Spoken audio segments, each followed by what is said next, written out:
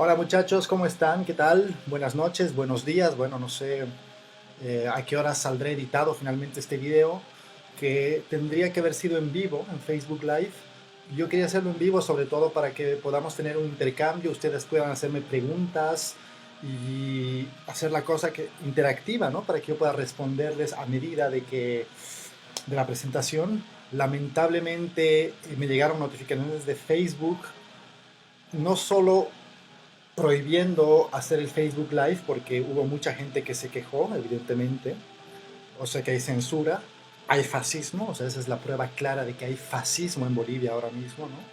Gente que tiene miedo, los supremacistas, clasistas, esa élite asquerosa, que además es mi grupo social, o sea que los conozco de memoria y sé cómo son, sé cómo actúan, o sea que no es nada nuevo. Y de hecho, a mí me divierte un montón porque he recibido mensajes de todo tipo, amenazas de lo más inverosímiles y divertidas, notificaciones de la FELCC, de Interpol con sellos de color y una serie de, no sé cómo llamarlo, de barrabasadas, porque ya, no sé, muy imaginativo todo esto. Lo que sí también recibí fue otras notificaciones de Facebook diciéndome que intentaron entrar a mi cuenta, porque intentaron hacer conexiones. Entonces, claro, me llegaron las notificaciones para saber si era yo. Y también intentaron entrar a mi mail, ¿no? O sea que realmente están desesperados, chicos, es la verdad. O sea, no hay nada más divertido, porque puedo imaginármelos, porque los conozco además, y a los que no conozco, a los anónimos, es lo mismo, ¿no? O sea, toda esa rabia que tienen adentro y cómo actúan, cómo piensan y el razonamiento que ustedes tienen, pues me parece alucinante y me impulsa a seguir adelante. Porque la censura es la muerte del pensamiento, la muerte de la libertad, es el fascismo justamente, que es el tema que vamos a abordar ahora. Y yo no me voy a callar, no nos vamos a callar, es más, esto nos impulsa a seguir adelante. A mí por lo menos me da mucho más ímpetu, muchas más ganas de seguir con estas charlas. Y en la medida de lo posible voy a seguir haciéndolas todos los días. O sea que va a ser muy ameno. Y por favor les pido, no paren. Yo no los voy a censurar nunca. Yo creo firmemente en la libertad de expresión. Es un derecho fundamental. Lo único que se censura es la propia censura. Y por favor sigan con sus mensajes, sigan revolviéndose el estómago, imaginándose y teniendo pesadillas conmigo o con no sé quién, porque la verdad no sé qué es lo que pasa, pero en todo caso es divertidísimo, muchachos. O sea que los exhorto a seguir adelante y ahora vamos a entrar de lleno, ¿no?, al tema este del fascismo y por qué el régimen específicamente de Yanine Áñez, después del golpe de Estado asesino, inventándose un fraude que nunca existió, ya vamos a ver todos estos aspectos, entra claramente en las definiciones de lo que es el fascismo, ¿no? Vamos a primero definir algunos conceptos, definiciones y vamos a contextualizar cómo nace el fascismo y cuáles son los diferentes tipos de fascismo y reaccionarismos que existen desde el principios del siglo XX hasta las nuevas formas ahora en el siglo XXI, tanto en Europa como en América Latina, sobre todo, que son los casos que conocemos mejor y que van a ser más explícitos de la explicación que les voy a dar y que ustedes se van a identificar seguramente con ellos, ¿no? Lo primero que hay que decir es que el fascismo es una ideología, ¿no?, que se basa y fundamenta en un carácter nacionalista y militar, y en el espectro político se sitúa en la extrema derecha, ¿no? Aquí, igual hago un paréntesis para ponerlo a la extrema izquierda, porque hay muchos ignorantes, bueno, no sé cómo llamarlo, porque realmente la gente que desconoce lo que son las ideologías políticas, que te va a decir todos los extremos son iguales, el de derecha, el de izquierda, el facha. No, señores, no todos los extremos son iguales. Esa idea es muy importante, esa idea. El comunismo, si quieren, por oponerlo al fascismo o a la extrema derecha, a los reaccionarismos de extrema derecha, busca más bien el bien social. Evidentemente no vamos a hacer una defensa ni una apología del comunismo acá, esto no es el tema. Simplemente que en oposición la ideología fascista es una ideología de autoritarismo, supremacismo, que busca eliminar al resto, que está contra los homosexuales, contra las mujeres, contra los pobres, contra las razas. Entonces ese discurso no hay que tolerarlo, ¿no? Eso de que hay que respetar todos los discursos, respetos guardan respetos, no. Señores, el fascismo, la extrema derecha no se respeta. La idea de Karl Popper simplemente, ¿no? Que si uno se deja avasallar con estas ideas fascistas, o por ejemplo, si yo me hubiese dejado avasallar con todos sus comentarios súper divertidos y me hubiese callado, que es lo que ustedes quieren censurarme, pues no lo voy a hacer, señores.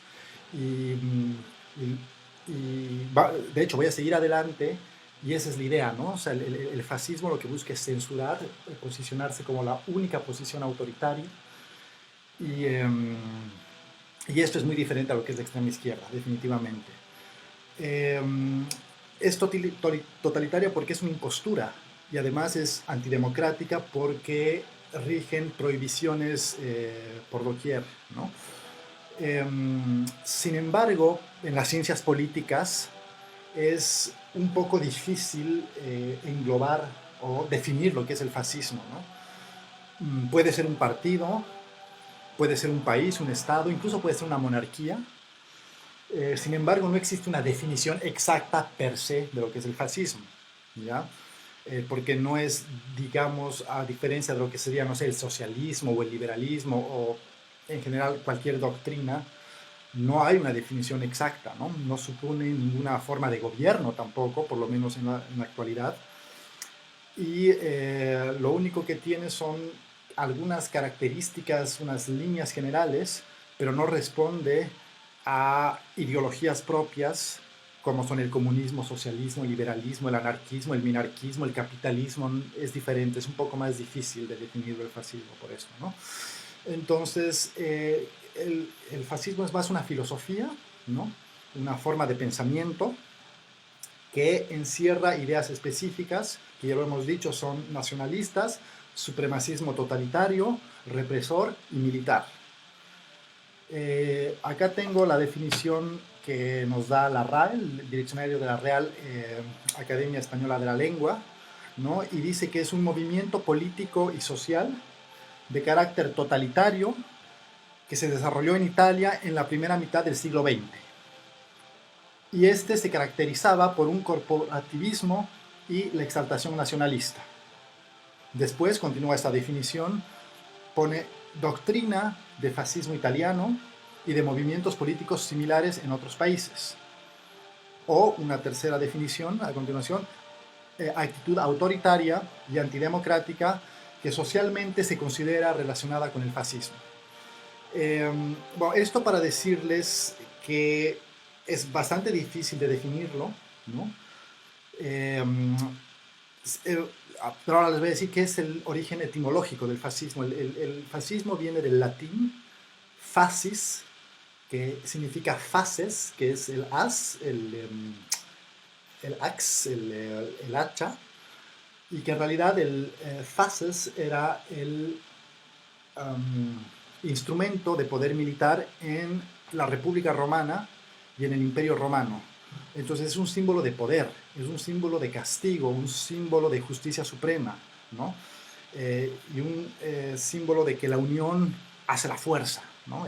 Eso significa el fascismo, ¿no? Y esta idea de fasces es luego utilizada por las brigadas militares de Mussolini y la elevan a doctrina filosófica gracias a los postulados de Giovanni Gentile, que es el principal precursor del fascismo, ¿no? Como filosofía, ¿no? Hay que decir que hoy en día los símbolos del fascés siguen siendo muy populares y están omnipresentes en muchas partes. Aquí, bueno, voy a leer algunos lugares donde tenemos este fascés. Denme medio segundo que busca acá en internet, ¿no? Donde encontramos el fascés. Perfecto. El símbolo este del fascés, que les digo que es este martillo, el axe, aparece en iconos, obviamente, de la Italia fascista de Benito Mussolini. También está en el escudo de Francia actual, en el escudo republicano, en los escudos de la policía noruega y sueca, en el emblema de la Guardia Civil Española, en el emblema del Congreso de los Estados Unidos, fue usado en diferentes revoluciones latinoamericanas, es el escudo del Departamento Colombiano del Norte de Santander y bueno, o sea, hay una lista enorme de donde aparece en general este símbolo, este facés del fascismo, ¿no? Eh, Quiero que tengan esa idea simplemente en mente para que sepan que hoy en día el fascismo está disfrazado detrás de nuestras democracias en realidad, ¿no? Porque sigue omnipresente. Y lo que les decía antes, ¿no? O sea, la definición de la RAE y que, bueno, las ciencias sociales, las ciencias políticas más bien, les cuesta definir el fascismo porque no termina de adaptarse a ninguna definición de doctrina específica. En la RAE te hablan de que surge en Italia, pero eso es más la idea que quieren defender los que son fascistas, pero no quieren hacerse llamar fascistas. Y de esos en Bolivia hay muchos, que son los que buscan bloquearme, los que buscan silenciarme. Familiares míos, amigos míos, gente de mi grupo social, gente de mi clase, que realmente es muy triste que piensen así.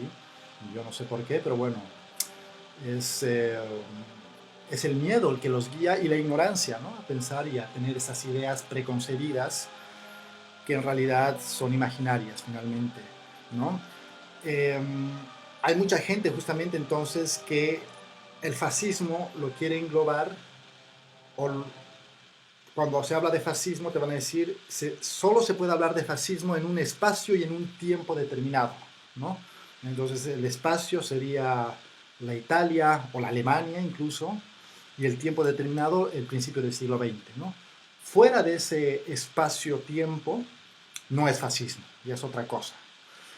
Y esta idea ha ganado mucha fuerza en la España de Franco sobre todo, porque la España de Franco, Franco era muy católico y ha sido una dictadura muy eclesiástica, muy espiritual, no espiritual no es la palabra, pero muy religiosa. Entonces la simbología de Dios y el catolicismo no querían mezclarla con la idea fascista de Mussolini y de Gentile, y tampoco con la Alemania nazi, pese a que recibieron apoyos de ellos, de estos dos, eh, porque la idea nazi y la idea fascista de Italia no tienen ese componente religioso tan fuerte como lo tenía el español, ¿ya? Entonces los falangistas españoles han utilizado este pretexto para no hacerse llamar fascistas, incluso el día de hoy muchos conocidos míos, ¿no? Que son del Partido Popular o de Vox, eh, detestan cuando se les llama fascistas y se escudan en esto, ¿no? En este pretexto de la falange española. Lo propio pasó con Portugal, con el caso de Antonio Oliveira Salazar, que fue el dictador igual, más o menos paralelo a Franco, por unos años de diferencia, pero es paralelo al franquismo, donde igual es una dictadura muy basada en los credos religiosos, ¿no?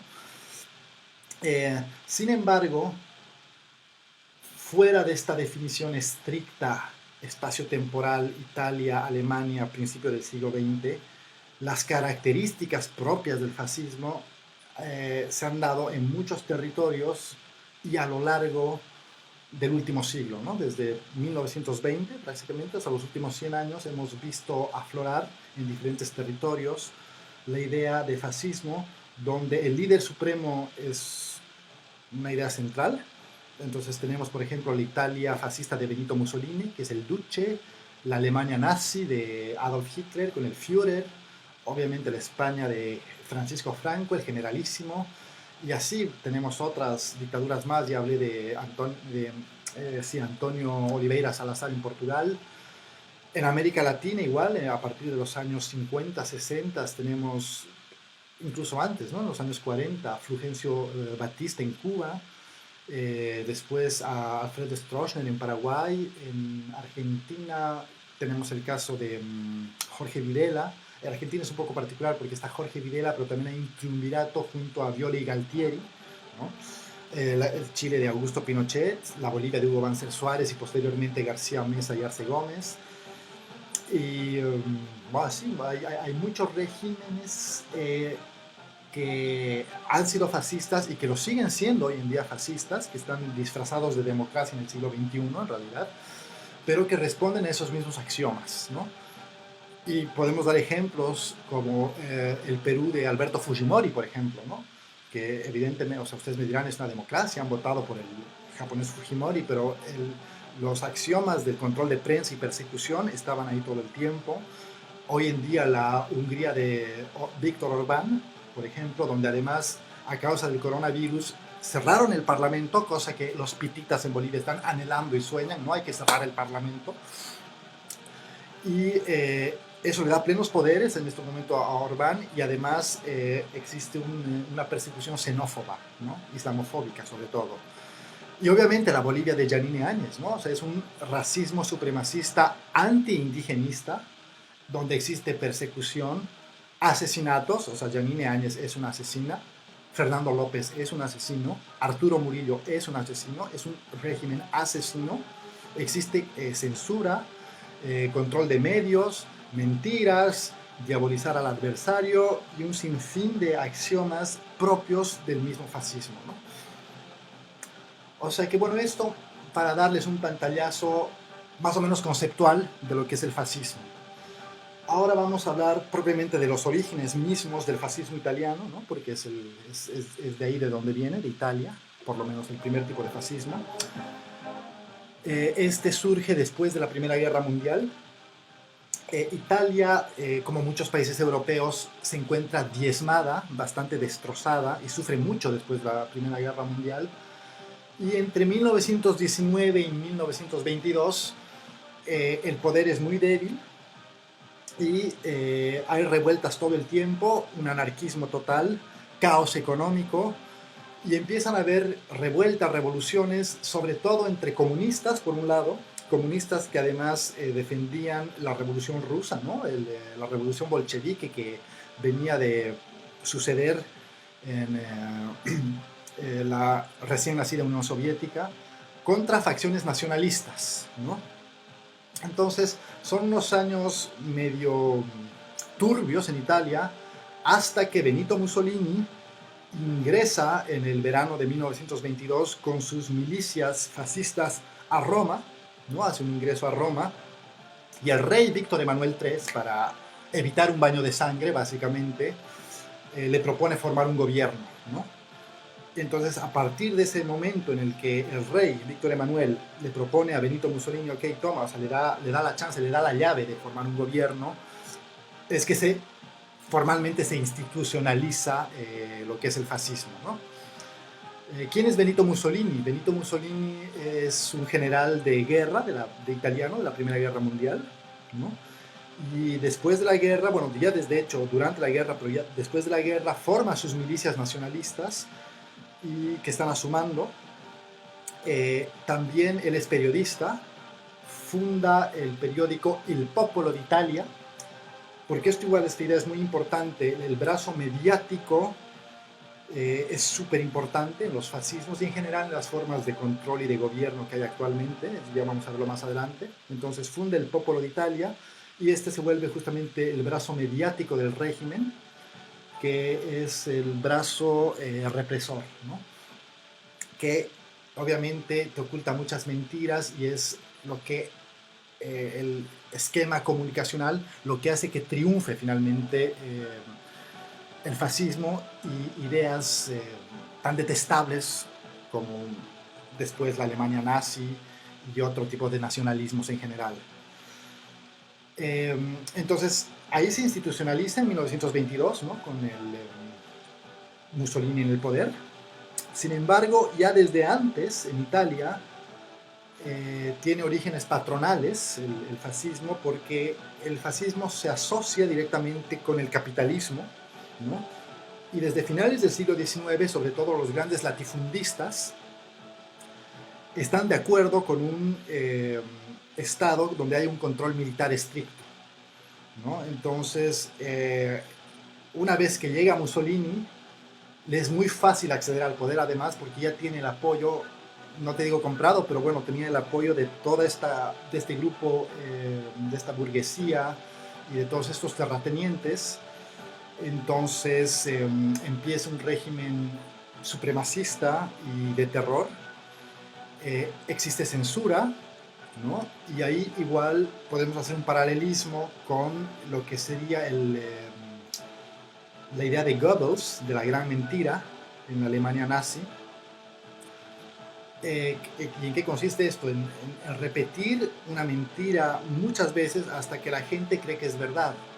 Y en la época, en el siglo XX, en los años 1920, 30, 40, esto era mucho más fácil, no existía internet, no existían los modos de comunicaciones que hay hoy día, y eso es lo que quisieran ahora mismo seguramente Arturo Murillo, Yanine Áñez y toda esta gente detestable que está en el gobierno de Bolivia, todos estos fascistas bolivianos, pero lamentablemente no pueden hacerlo. Incluso van a intentar censurar todo el tiempo, inventarse historias, bueno, ya vamos a ir a esto más adelante, pero esa es la idea, es la censura y el control de los medios. En el caso de Italia, entonces es el Popolo d'Italia, el periódico del Duce, del propio Mussolini, el que controla toda la comunicación, ¿no? Y el objetivo último del fascismo es el exterminar a los enemigos, ¿no?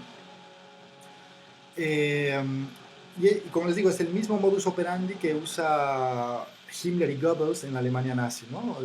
La propaganda es muy importante. Entonces hay un líder supremo, ¿no? Que está asociado a un territorio. En el caso de Italia, además, lo que quiere Mussolini, la idea de Mussolini es recrear la grandeza del Imperio Romano. Entonces, Mussolini en el fascismo crea, o más bien Giovanni Gentili, que es el artífice filosófico del fascismo, se crea el concepto del spazio vitale, el espacio vital, spazio vitale, que es el espacio que tienen que conquistar para poder subsistir. Y esta idea del spazio vitale es retomada por el pangermanismo nazi con la idea del Lebensraum. Estoy seguro que lo pronuncio mal, pero es lo mismo, ¿no? Es el o sea, room to live, Lebensraum.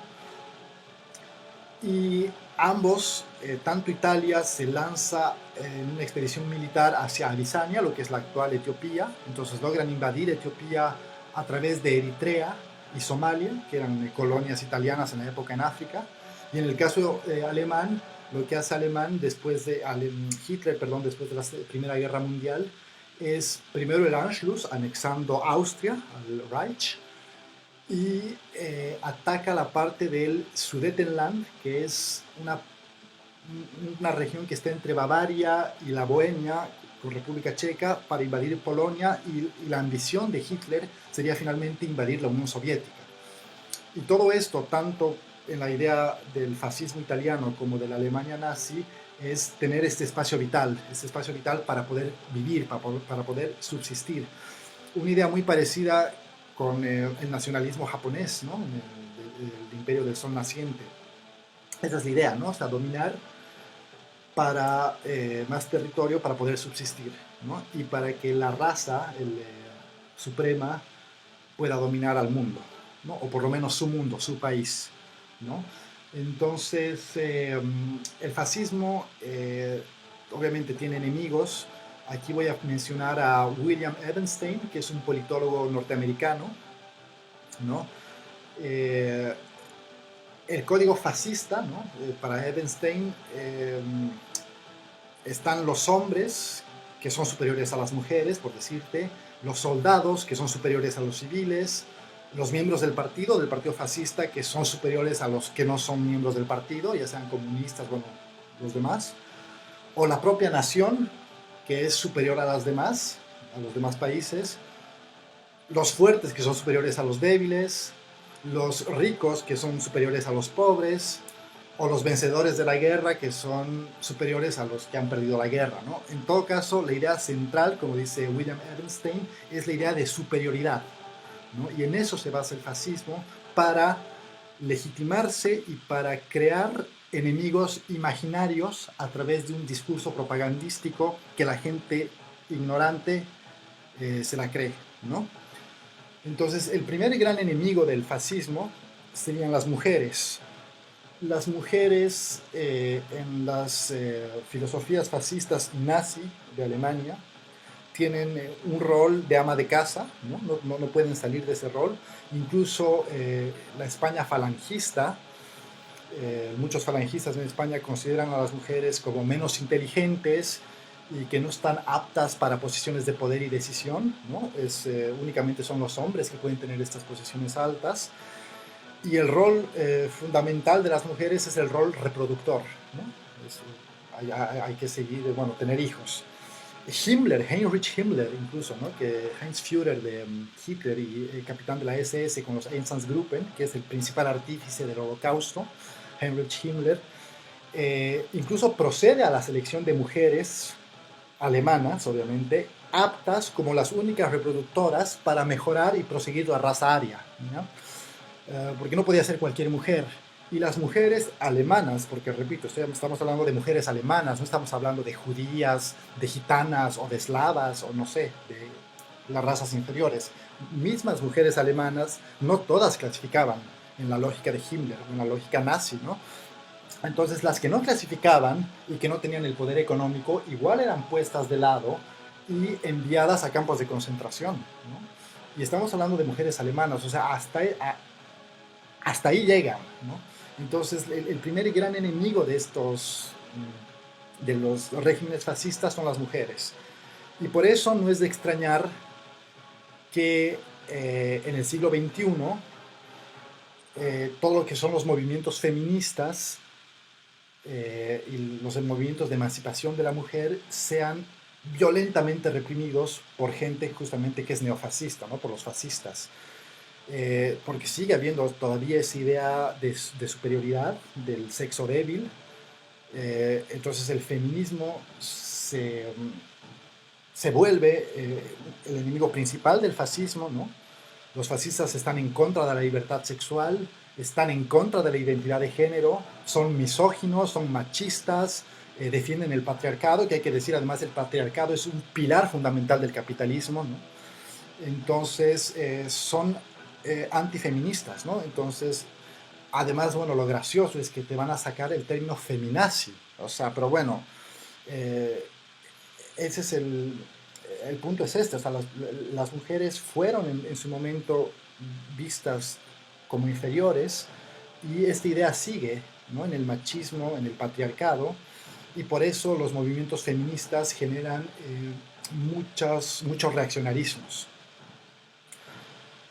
Un segundo enemigo, ¿no? Un primer enemigo del fascismo entonces serían las mujeres, un segundo enemigo son los pobres, ¿no? Y ahí está la idea de la aporofobia, del miedo a los pobres, pero sobre todo del desprecio a los pobres, ¿no? O sea, porque son las ratas de la sociedad, es la gente que no sirve, la gente que no produce. Incluso te van a decir que es la gente que no lo hace porque son unos flojos, porque son unos vividores. Y vamos a tener una serie de discursos y de prosas totalmente irracionales, destruyendo a la pobreza, a los pobres, sin considerar las diferencias de clase que puedan haber, ¿no? Entonces, el pobre tiene que ser eliminado también, ¿no? Otro gran enemigo del fascismo son las minorías étnicas que no sean la raza suprema, ¿no? En el caso alemán, la raza aria, en el caso italiano, la raza suprema italiana, y en general, bueno, en Europa estos suelen ser los eslavos y los gitanos, en Alemania claramente son los judíos, pero también son los homosexuales, también son los eslavos, y en el caso de Bolivia son los indígenas, ¿no? Y los pobres también, pero sobre todo los indígenas, los campesinos, ¿no? Y el régimen ahora de Yanine Áñez, ese es su enemigo.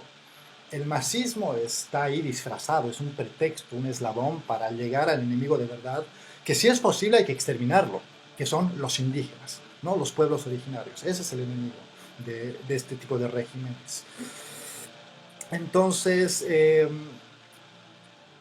tenemos estos tres enemigos que hemos dicho: primero las mujeres, segundo los pobres, tercero las etnias, las razas diferentes, y finalmente otro enemigo son los extranjeros, ¿no?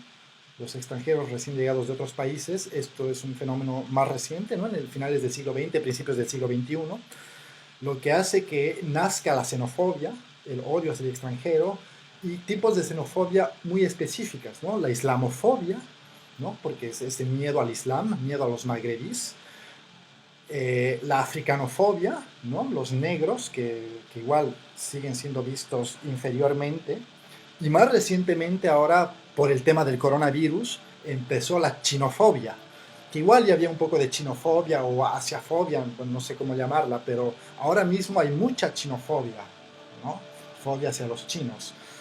Entonces, los extranjeros también son los enemigos del fascismo, ¿no? ¿Cuál es la idea común a todos esos enemigos que tiene el fascismo? Es la idea de supremacismo, ¿no? La idea de poder. El fascista está por encima y el fascista en realidad, para sobrevivir, necesita esos inferiores, necesita estar en ese rol superior para justificar su dominio y, de ser necesario, exterminar al débil. Ese es el objetivo último del fascismo, ¿no? Y por eso es que es una doctrina, una filosofía totalmente cobarde, porque se basa en el desprestigio al que es más débil, al que es más pobre y al que ya de por sí está discriminado en el esquema global de las cosas, ¿no? O sea que es muy triste, pero es así. Luego, y ustedes me dirán entonces, no, esto es falso, claro que el Evo Morales en Bolivia o lo que sea, o en su época en Alemania dirán, sí, dirán que los judíos realmente eran unas ratas, no sé, o sea, todas estas ideas supremacistas van a, han salido adelante y siguen saliendo adelante. ¿Por qué? Porque funcionan justamente con el brazo mediático. Y los medios de comunicación son meras extensiones de los poderes, y en este caso del fascismo. Y a través de los medios de comunicación y de la propaganda es que puede pasar el mensaje y es la gran mentira, ¿no? La idea de la gran mentira de Goebbels, ¿no? Que una mentira repetida constantemente al final llega a ser verdad. Y la gente no sabe, porque la gente es ignorante, punto. El fascista es ignorante, como la mayoría de las élites en Bolivia, son ignorantes, está así de claro. Entonces, a través de esta gran mentira se crea el concepto de agravio, y este concepto de agravio es central igual en el fascismo, ¿no? El concepto de sentirte, la sensación de sentirte atacado, agraviado. En la Europa del siglo XXI, este agravio son los extranjeros, ¿no? Sobre todo los islámicos o los africanos, y los pobres, ¿no? El rico se siente, o las clases dominantes se sienten atacadas por los pobres o por los extranjeros, ¿no? Que te dicen que te quitan trabajo, que no pagan la seguridad social, que son una carga para el Estado, etcétera, etcétera, etcétera. Y en Bolivia, ¿quiénes son? Pues son los indígenas, los campesinos, pero también son las nuevas clases medias ascendentes, y esto es particularmente cierto en los últimos 10 años, ¿no? Que con la llegada de Evo Morales hubo las brechas de riqueza, se han achicado. Entonces hay toda una nueva clase emergente, una nueva clase media emergente que salió de la pobreza y llegó a ser clase media. Cuando esta nueva clase media emergente, ¿no? Que está aquí abajo, sube, ¿no? Movilidad social, y llega a juntarse con la clase media de antes, pueden pasar dos cosas. Puede que se junten y se entiendan bien y haya una buena amalgama, o puede que la clase de arriba, la clase media tradicional, se cierre, se encostre y choca con esta clase media emergente por la idea de agravio, porque se ven atacados, se ven amenazados por esta nueva clase que, según ellos, les va a quitar los privilegios que tienen, les va a quitar trabajo y qué sé yo, ¿no? O sea, esa es la idea central, y esta idea está legitimada y respaldada por todo un aparato mediático que la apoya, ¿no? Entonces, cuando esta clase media emergente llega y se encuentra con la clase media tradicional, se encostran, ¿no? Y esto simplemente es ignorancia, ¿no? En el caso boliviano particularmente, yo, o sea, les digo, ¿no? Yo me acuerdo desde niño, eh, para empezar, en los años finales de los 80s, principios de los 90s, no había cablevisión, bueno, no había internet para empezar, obviamente, y tampoco había televisión por cable. Lo único que veíamos era la televisión nacional y los medios de comunicación, porque ese es, que son los brazos mediáticos, ¿no? Justamente de estos regímenes, te pasan este mensaje supremacista y había la idea de los indígenas como enemigos. O sea, no había nada más desagradable para mí que oír a mi familia, ¿no? Cuando íbamos a parrilladas los domingos o con mis amigos en el colegio o en diferentes ambientes, ¿no? En todo caso, gente de mi clase social, ya sea familiares, amigos, conocidos, que veían a este enemigo indígena y te repetían el discurso de que la indiada se va a entrar a la ciudad, nos van a quitar nuestros terrenos, hay que defenderse, ¿no?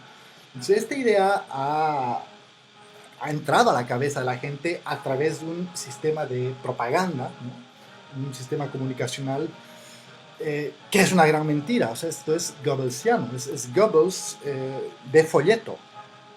Y esta idea ha seguido en la cabeza de la gente hasta el día de hoy. E incluso se ha agravado con la llegada de Evo Morales, porque no es solamente eh, que Evo Morales es lo que representa, ¿no? O sea, es el indio que llegó al poder y ellos nunca van a aceptar eso porque es el agravio justamente y ahí es otro tipo de encostramiento, no tanto entre movilidad social, pero sino entre dos razas, dos etnias diferentes, ¿no? Entonces así con esto llegamos al caso de Bolivia y del régimen asesino y golpista de Yanine Áñez, ¿no? Entonces igual todos los que defienden que no ha sido golpe, ha sido fraude, y todos los que están llorando y renegando y con dolor de estómago escribiéndome y tratando de censurar mis cuentas, por favor, les pido una vez más, sigan haciéndolo, los amo, por favor. O sea, no saben cómo me divierte leer sus mensajes y no saben cómo me divierte imaginar cómo están de agraviados por imaginarios ignorantes, ¿no? Porque no les da la gana de salir de esa su ciénaga de ignorancia y de incultura que se resuelve leyendo, yendo a bibliotecas y dejando de ver Netflix, ¿ya? Pero bueno, es decisión suya. Entonces llegamos a la actualidad, ¿no? Noviembre, octubre del 2019, elecciones en Bolivia. Antes de las elecciones hay los incendios de la Chiquitania, ¿no? En el Amazonas, y ya aparece el primer personaje que es Fernando Camacho. Entonces, Fernando Camacho empieza con sus discursos contra los incendios, inculpando y echándole la culpa totalmente a los colonos de Valles Altos, ¿no? O sea, que se está incendiando porque están yendo a colonizar la gente de Cochabamba, básicamente, y del altiplano, ¿no? De los Valles Altos, que está en una parte en Santa Cruz, pero no habla para nada del grueso del incendio, que es más del 80% finalmente, que es la ampliación de la frontera agrícola en el departamento del Beni. Qué casualidad el departamento del Beni, ¿no?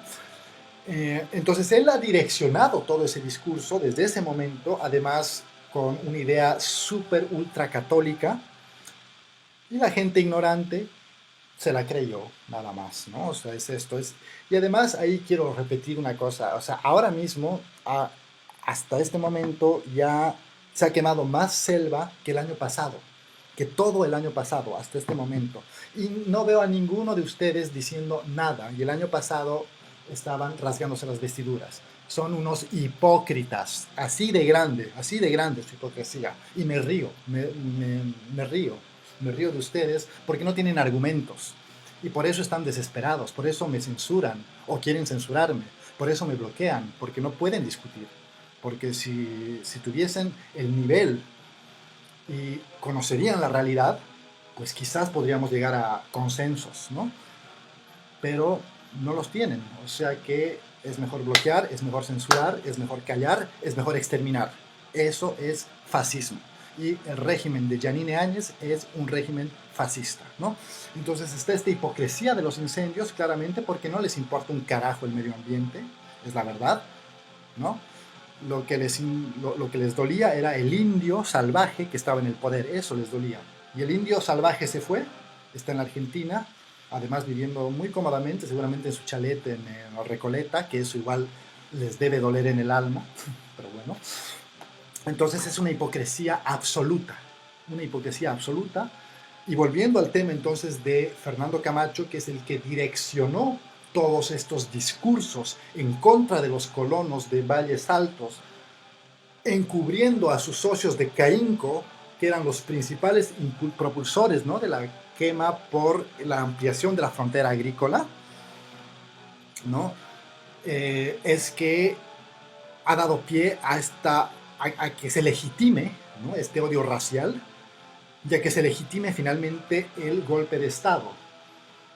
Y además, o sea, entre las cosas que hubo, a finales de agosto, principios de septiembre, Ivanka Trump, la hija de Donald Trump, viajó a la provincia de Jujuy, ¿no? Y se reunió con Gerardo Morales. Gerardo Morales, que es gobernador de Jujuy, se reunieron en la ciudad de Catamarca. Entonces Ivanka Trump, Gerardo Morales y empresarios de Caínco reunidos a finales de agosto, principios de septiembre en Catamarca. Ustedes díganme qué hacía Ivanka Trump en Catamarca con funcionarios, con empresarios de Caínco, ¿no?, durante los incendios chiquitanos y durante el momento de los discursos fascistas, racistas, religiosos de Luis Fernando Camacho, de Facho Camacho, ¿no? Entonces ahí ya empezaron a gestar el golpe que se venía, que ha sido muy calculado, muy, muy, muy calculado, ¿no? Entonces se empieza a gestar el golpe de Estado y además sobre el discurso racista de los incendios, que está totalmente direccionado, existe otro discurso paralelo que es el del fraude electoral, que además es un discurso que existe mucho antes de las elecciones. Están hablando de fraude electoral desde que Evo Morales llegó al poder, ¿ya? O sea, según ustedes, todas las elecciones del Evo han sido con fraude. Todas. Muy bien, o sea, pueden creer lo que quieran. Y realmente me da risa la ignorancia de sus argumentos. Evidentemente, voy a hacer una pausa. El masismo ha cometido muchísimos errores, ¿no? Y obviamente la angurria de poder de Evo Morales y el caudillismo autoritario del final de su mandato, obviamente legitima mucho más los movimientos pititas que pudieron haber. Pero eso no quita para nada la realidad racista del direccionamiento de los discursos de Luis Fernando Camacho en los incendios de la Chiquitania, encubriendo a sus cuates de Caínco, y que Ivanka Trump, junto con Gerardo Morales y empresarios de Caínco, ya estaban armando el golpe de Estado, ¿no? Y como en la idea fascista están los medios de comunicación, o sea, hay que pasar la gran mentira goebbelsiana, ¿no?, que utilizó Mussolini con el Popolo de Italia. Bueno, en nuestro tiempo moderno es CNN.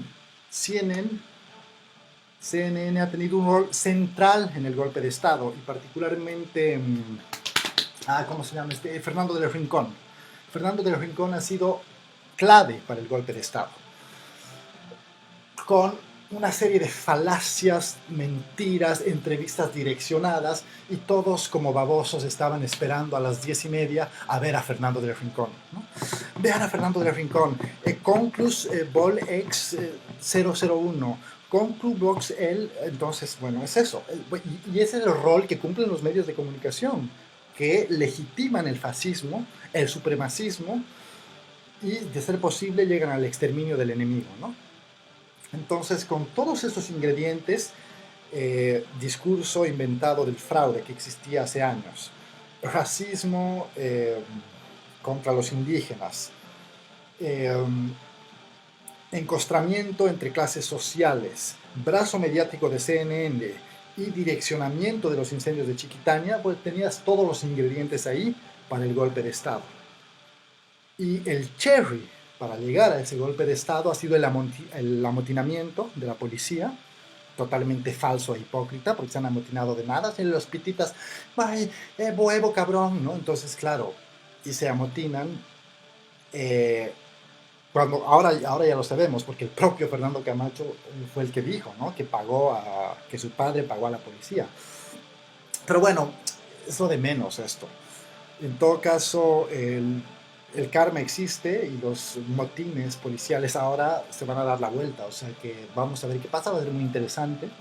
En todo caso, está claro que tienen mucho miedo y está claro que hubo un motín policial que precipitó la renuncia de Evo Morales, ¿no? Entonces, sobre los sobornos y sobre el pagar a altos mandos policiales, se da el amotinamiento policial, lo que hace que después el general de las Fuerzas Armadas, el comandante Calimán, le proponga a Evo Morales renunciar, la sugerencia de renuncia, no sé cómo llamarla, y bueno, y el discurso que legitiman los fascistas en la gran mentira está que Evo se escapó, digamos, ¿no?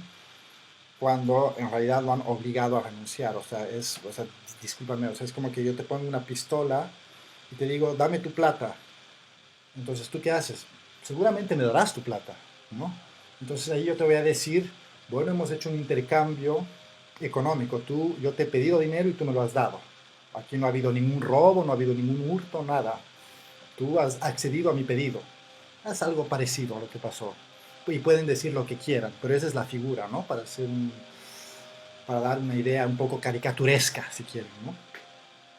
Entonces renuncia Evo Morales y entran toda esta simbología fascista, falangista también, ¿no? Muy falangista es nuestro régimen, muy parecido a la España de Francisco Franco, ¿no? Porque Yanine Áñez entrando con la Biblia a Palacio y quemando huipalas. Ese fue la cúspide del golpe de Estado que ya estaba finalizado. Y una vez el régimen de facto en el poder, empieza una persecución brutal contra los nuevos enemigos disfrazados del masismo, ¿no? Entonces el masismo se vuelve así el chivo expiatorio para criminalizar, porque les digo, el MAS no es el verdadero enemigo, el MAS es un eslabón para llegar al verdadero enemigo, que son los pobres, los campesinos, los indígenas. Ese es el verdadero enemigo, ese es el verdadero odio, es esa clase de gente para el fascista. Y para el fascista boliviano particularmente, y lo sé porque conozco a mi familia y a mis amigos de memoria. ¿Ya? Entonces, utilizando tácticas similares al síndrome de Sherwood, el síndrome de Sherwood, aquí hago una pequeña paréntesis, ¿no? Es un oficial, un policía de los Mossos de Escuadra acá en Barcelona, que hizo su tesis sobre los arrestos de los ocupas, ¿no? De los movimientos de gente que ocupaba departamentos. ¿Y de qué consiste el síndrome de Sherwood? Es en inventarse o tantos relatos policiales y si las manifestaciones no son muy violentas, hay que infiltrar a gente para que sean más violentas y así poder arremeter con todo. Y eso es exactamente lo que ha hecho Arturo Murillo al principio, sobre todo en las masacres de Sacaba y Sencata, donde han diabolizado y han dicho cualquier cosa que realmente, o sea, hay que ser retrasado mental para creerse lo que han dicho, ¿no? Eran los médicos cubanos que son espías, castristas, o los venezolanos, incluso han hablado de las FARC, ¿no? Que las FARC estaban ahí metidas, o narcos mexicanos. O sea, por favor, señores, es una historia de Netflix. Pero bueno, o sea, a mí me causa gracia que se la crean. Y se la creen porque son básicamente ignorantes, no es por otra cosa. Pero bueno, es cómo funciona el fascismo, cómo está el brazo mediático y propagandístico y cómo llega así al poder este régimen paria, asesino, golpista de Yanine Áñez, ¿no?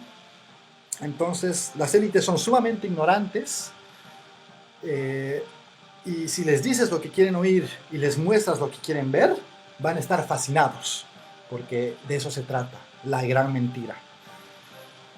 Señores, el fascismo se quita leyendo, ¿ya? Se quita leyendo el fascismo. O sea que, por todo lo que acabo de decir y haciendo todo el recorrido de lo que es el fascismo,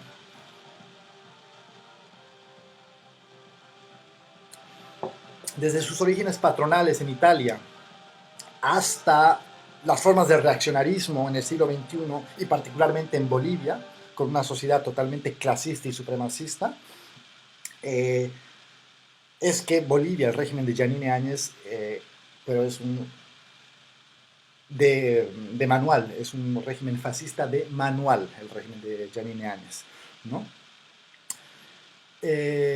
En el siglo XXI hay que tener mucho cuidado porque el fascismo está omnipresente, ¿no? Y se disfraza de democracias muchas veces. Ya hemos hablado de la Hungría de Víctor Orbán, del Perú de Fujimori, la Bolivia de Yanine Áñez. Bueno, en el caso de Yanine Áñez no hay mucha discusión, ha habido un golpe de Estado, es una autoproclamada, ¿no? Pero en las otras, digamos que han habido elecciones, procesos electorales, de todos modos que son repúblicas representativas, ¿no? O sea, que eso tampoco son democracias, en el fondo.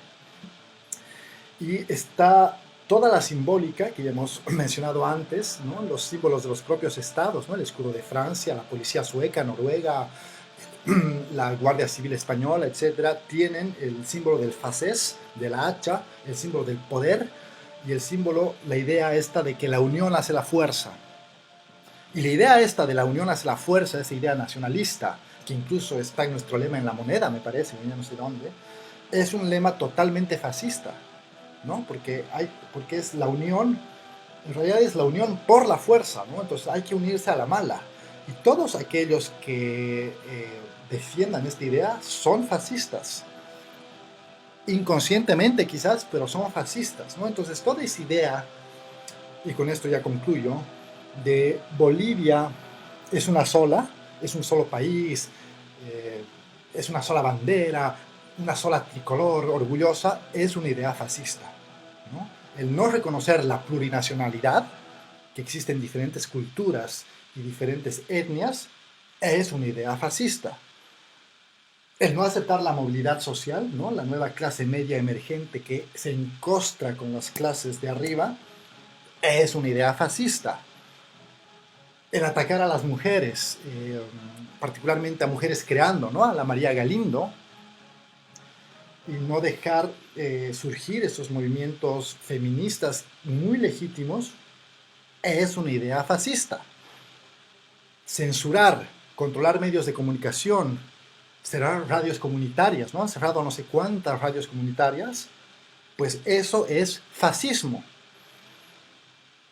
Y ahora, utilizar a la pandemia, al coronavirus, al COVID-19 como excusa para militarizar aún más Bolivia, para reprimir aún más, eso es fascismo, señores. Y ya, obviamente, el cherry, la participación de CNN como brazo mediático, la CIA con el agente Foronda y la OEA como vector de representación supranacional. Todo eso es fascismo, señores. Y les han vendido la historia que querían oír y están fascinados porque son ignorantes simplemente, ¿no? Pues bueno, eso, señores, eso es la charla sobre el fascismo, lo que les quería dar. No sé cuánto tiempo habrá durado esto, más o menos una hora me parece. Eh, entonces, bueno, básicamente, ¿no? Para recapitular, es que para triunfar el fascismo se fundamenta en mentiras y para pasar este mensaje mentiroso necesitas los medios de comunicación, ¿no? Entonces Goebbels en Alemania y Giovanni Gentile en Italia lo entendieron brillantemente, ¿no? Entonces repites una mentira, mentira, mentira hasta que se vuelve verdad. Y la verdad finalmente, o sea, lo que es verdad es pues enemigo de la mentira. Y como el régimen vive de la mentira, la verdad es enemigo del régimen. Entonces el régimen va a hacer todo para mantener esa mentira y todo es exterminar incluso al enemigo y usar toda su fuerza represora para mantener la mentira y de este modo pasar la idea fascista, ¿no? Entonces el fascismo, lo vuelvo a repetir, es propio de ignorantes. El único antídoto es leer. El fascismo se quita leyendo, señores. O sea que les exhorto a pisar una biblioteca alguna vez en su vida, ¿no? Simplemente es triste, pero bueno, el fascismo sigue omnipresente en símbolos, ideas de unidad nacional. Simplemente concluyo dándoles unos apuntes bibliográficos de cosas que quizás les interese leer. Bueno, una película que igual, si quieren, bueno, porque leer mucho, no tengo muchas esperanzas a estas alturas del partido que ustedes lean, no sé ni siquiera si saben leer, pero ver una película quizás les va mejor. Una película excelente que te explica todos los orígenes patronales del fascismo italiano es Novecento de Bertolucci. Es una película con Robert De Niro y Gérard Depardieu, ¿no? En la trama de la película, básicamente, Robert De Niro y Gérard Depardieu son niños. Bueno, son actores que hacen de niños ellos, pero eh, entonces Robert De Niro, el papá de Robert De Niro es un latifundista, ¿no? Que tiene muchas tierras y, Gérard Depardieu vive en ese latifundio y es muy amigo de Robert De Niro, ¿no? En la película ya no me acuerdo cómo se llaman los personajes.